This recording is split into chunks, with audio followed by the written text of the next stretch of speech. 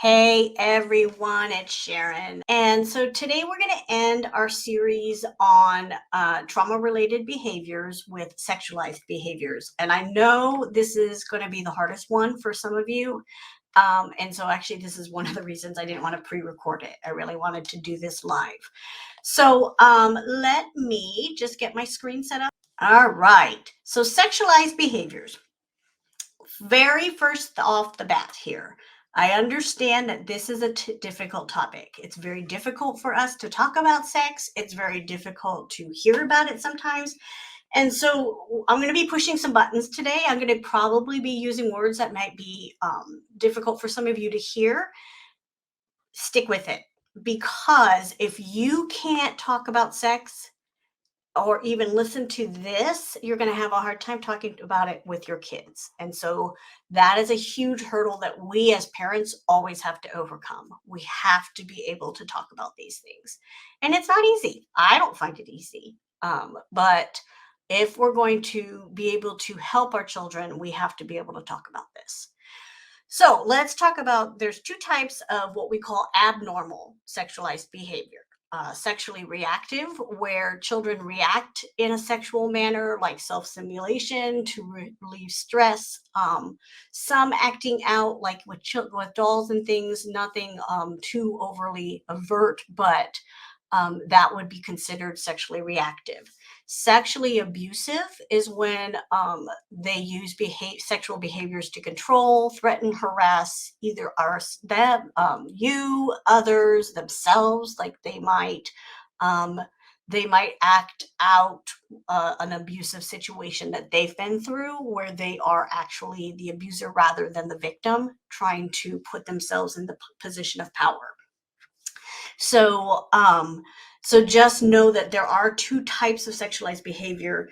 Both are stressful, but the sexually abusive is where it becomes a little more concerning than sexually reactive. Sexually reactive behavior is pretty easy to overcome with just some patience, possibly some counseling, but the sexually abusive really does take some more professional help. All right, so important things to know before we really get into this. Sexualized behavior is not a continuum. So just because children are showing sexually reactive behaviors in your home does not mean they're going to necessarily move on to sexually abusive behaviors. That's just not how it works. Sexually reactive is very normal in some ways, especially through what they've been, and it just takes some redirection to find different ways to relieve that stress or do things, but it does not mean that they're going to become sexual abusers in the future. And even children who are showing sexually abusive behaviors doesn't mean that that's going to continue. With the right help, they can overcome this. Know that not all sexually abused children will exhibit abnormal sexualized behaviors. So just because a child has been sexually abused doesn't mean you're going to have to deal with this, but you need to be ready just in case. And if you are still taking foster children, you need to be ready, because sometimes the DCS or whatever your local agency is called may not know that they were sexually abused. Some of this stuff is not always known to them. It's not always disclosed, or it was not brought out. Maybe they were exhibiting other symptoms in school or something, and they were removed for other reasons, but they did not know about that sexual abuse. So just know that sometimes these behaviors will start to show up and you don't know why. So let's talk about what's normal for sexualized behavior, because all children are going to show some sexual behavior. It's just normal. That's what we do. Once we learn about our body parts, we want to know what they do, and we'll have conversations about them. So if they're having conversations with peers and similar aged siblings about mostly about like genitals, reproduction, it's not sexually explicit, so they're not talking about penetration and things like that. That's normal. Being curious is normal. Show me, show yours, like that type of thing. Playing doctor. Masturbation is normal. it seems weird. It seems, so it can be disconcerting. It can be, but it's a normal behavior. There's nothing abnormal about masturbating. Now, if they are masturbating and simulating penetration, then that's not normal. Kissing and flirting, dirty jokes and words with peers. I mean, every kid does that. So, all of those things are considered normal behavior.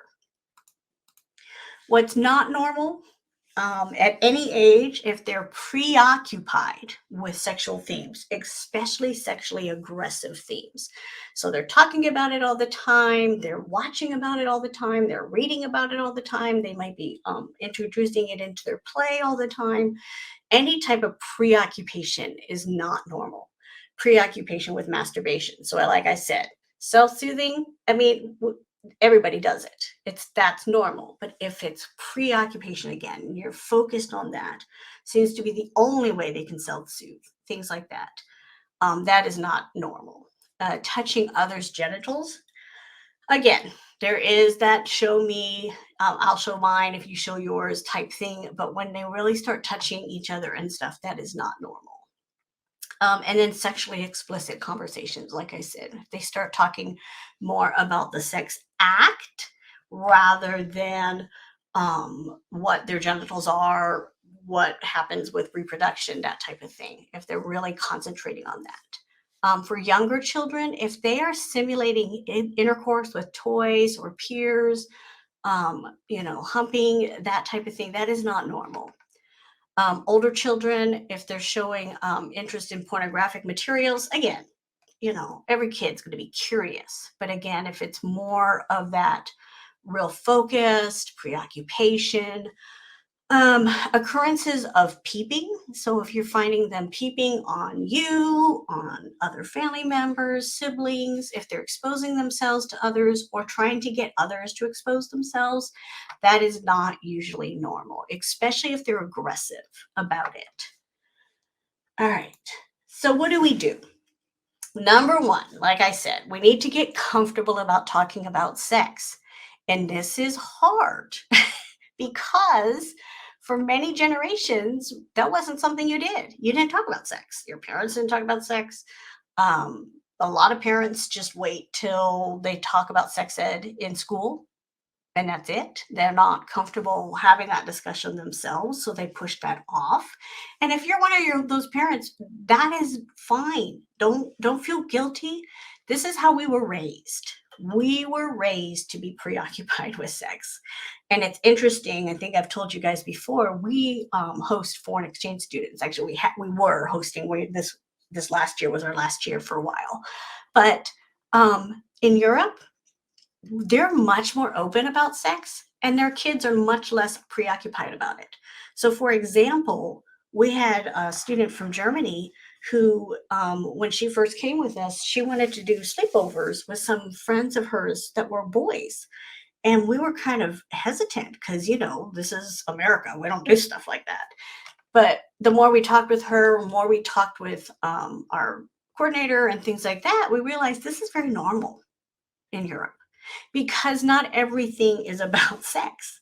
We get so preoccupied about it that then it's like everything becomes looked at in a sexual manner. And they just don't do that over there. So you need to get comfortable talking about sex, making a normal conversation because sex is normal. And when we really start to hide and make it a big deal, it's not normal anymore.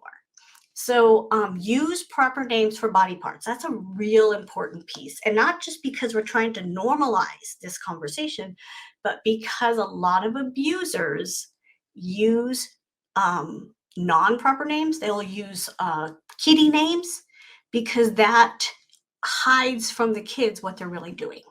So be very careful about using any type of, what am I trying to say? Any type of slang for a body part, because that can be a way an abuser grooms a child, is by not calling it a penis, but by calling it a wee-wee or whatever. It makes it less obvious to the child what this predator is doing.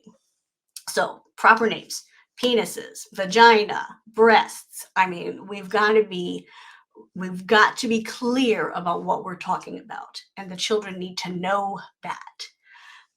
Avoid sexual jokes and innuendos in child's hearing. If you have a child who's been abused and you know they've been abused, don't make fun of it. Don't try and downplay it. Don't try and make a joke about it. Again, watch the media. We use innuendos all the time. How many of you have ever watched a cartoon that you grew up watching and realized how sexualized those cartoons were? I mean, the Looney Tunes, there's all sorts of like innuendos and stuff in there that I didn't pick up on, obviously, as a kid, but as an adult, I'm going, whoo, so we tend to do that. We tend to make those types of jokes. We tend to make those types of comments, not realizing what we're doing. So really be careful about that. Don't make jokes about sex. Don't make innuendos, those types of things in a child's hearing, especially if you know they're very traumatized. Because if they feel like you are downplaying what they went through, they're not going to trust you. Have use your trauma informed practices that we've been discussing. And if you haven't seen these, they're all in the guides. Actually, I think I need to catch up and move some of the videos into the guides, but all of the videos I have done are in the guides, and we talk a lot about trauma informed practices, especially about creating safety in your home.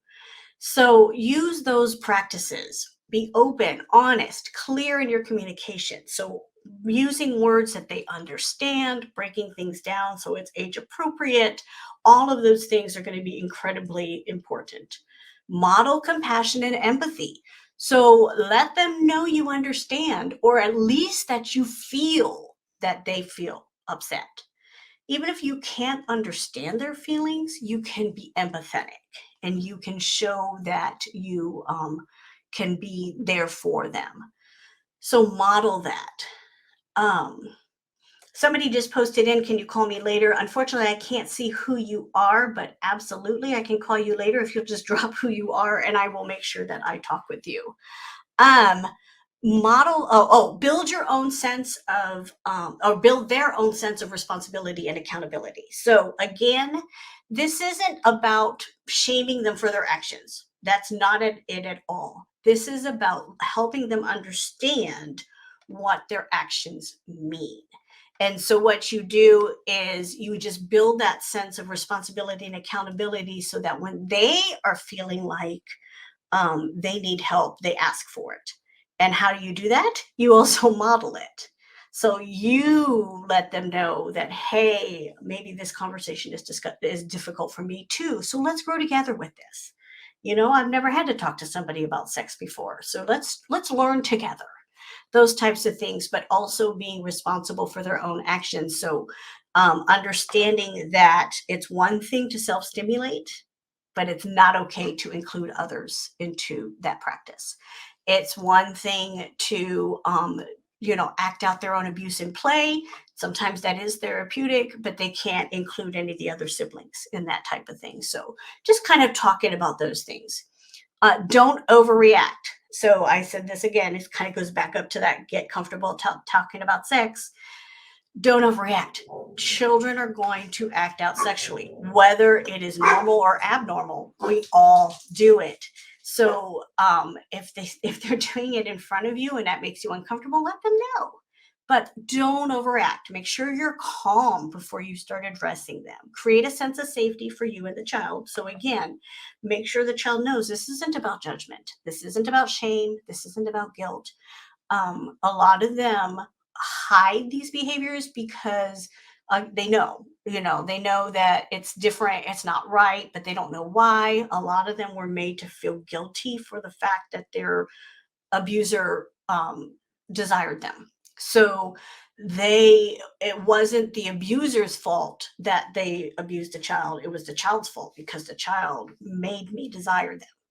And these children live with this feeling that, it was my fault that my abuser desired me because I dressed wrong, I approached them wrong, I was too affectionate. So making sure that they understand they're safe, that what they say to you is safe. You're not going to touch them without their permission. Um, they can't touch others without their permission. You build all those things on top of each other. Protect the other children in your home. So, as much as we don't want to blame the child, we don't want them to feel guilty, we also have to be aware that if other children in your home are observing their behavior or become the target of their behavior, that's not okay. So, until sexual behaviors are resolved, they really shouldn't be sharing a room with other children. They shouldn't be alone with other children in your home. If you need to, let the school know that you're dealing with these things so that they know not to be alone with children. Those types of things. Just make sure that you're protecting the others as well while you're working on these behaviors. All right. Here's the hardest thing, not just talking about it, but admitting that we can't always solve it. So, as I said at the very beginning, if you are seeing sexually abusive behaviors, that requires professional help. If your child is still in foster care, you have to alert your family case manager. No ifs, ands, or buts. Indiana, I know, is a mandatory reporting state. Most states are now. Mandatory reporting does apply to children as well. So if children are perpetrating sexual acts on other children, that has to be reported. So go straight to your FCM and then get counseling. Get counseling for yourself if you need it, get counseling for the child, but it requires professional help. If you have been following all these practices, let's say your child is sexually reactive, not abusive, but they're still really relying on self-stimulation. They still seem to be a little preoccupied with sexual acts. They're still doing the acting out with toys, and you've had these conversations and it's just not going anywhere. Get some help. There's no shame in having to say this is beyond your capability.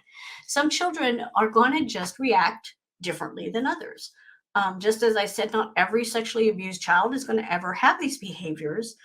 And we've said this about trauma in general. Just because children suffer the same trauma does not mean they're going to react the same way. Every child is different. Every child's resilience level is different. Every child's ability to shift and change and learn is different. So if you are having these conversations, nothing's changing, get help. There's nothing wrong with that. You're doing what's best for the child. It's not about ego. It's not about you. It's what's best for the child. And if, let's just say, you have a child in your home and they're sexually reactive and it's not very concerning behavior, but it's uncomfortable for you and it's more than you can handle, be honest and get some help. Say, I can't handle this. These are not things that I'm equipped to deal with. Maybe you have your own sexual hangups, and we all possibly do. Like I said, generations we have gone through where we don't talk about sex openly. We've always kind of hidden it and couched it in these things. And so we don't know how to approach this because we've never been taught how to approach this. So be honest, be willing to say, okay, this is just too much for me, and get some help. Family counseling. Family counselors are fantastic because when you're going in together, and I'll tell you, family counselors, you'll sometimes go in together and then usually they will have separate sessions too. So you can work on your own issues as well as working together. But the best thing about a family counselor is you're all on the same page. There's nothing wrong with it. It's so helpful and it can get you past points where you're stuck. If you're stuck, your kid's going to be stuck. So use those resources to get that help. I hope this wasn't too uncomfortable. Like I said, it can be very uncomfortable, but just know that this is a difficult topic for a lot of people. And so hopefully this will help you. This will get you kind of thinking about those sexualized behaviors a little differently.